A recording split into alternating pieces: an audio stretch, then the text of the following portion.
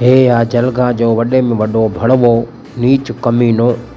पहिरों नंबर भगत रावलमल बालाणी, जंहिं असांजे विच में अची करे घणो ई उते दरबार साहिब में असां सां घटि मथे ॻाल्हाई भगत बालाणीअ, ऐं सूमन जा ऐं मुंहिंजा फ़ोटू वायरलेस कयईं हिन भगत बालाणीअ।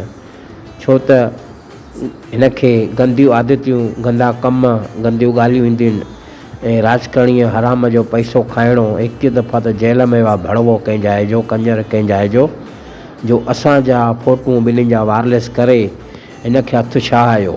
इन करे मां हिन जे बारे में जा इन पिकी इन जे भाउ बेशर्मो उन जे बारे में जेको फ़ोटू विझां थो, करमपुरी पंचायत जो पहिरों नंबर कंजर हे राजकरणी जेको हलाईंदो आहे, ऐं फ़ोटा वायरलेस कई, तॾहिं हिन भड़वे जे बारे में मां मोकिलियां थो।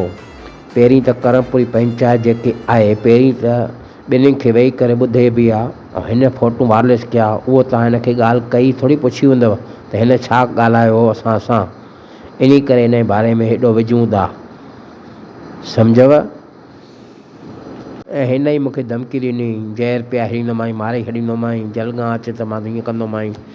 हे जलगांव जो पहिरों नंबर भड़वो गुंडो लॻे थो मूंखे, जंहिंजो हराम खाओ आहे, जेको गुरू दर खे, बाबा जुड़ियाराम दर खे बि नथो छॾे त ॿियनि खे छा छॾींदो। दिन को साईं रात को माई चाहिए इनको तो, ऐसा काम करता है गंदा राजकरणी राजनेता।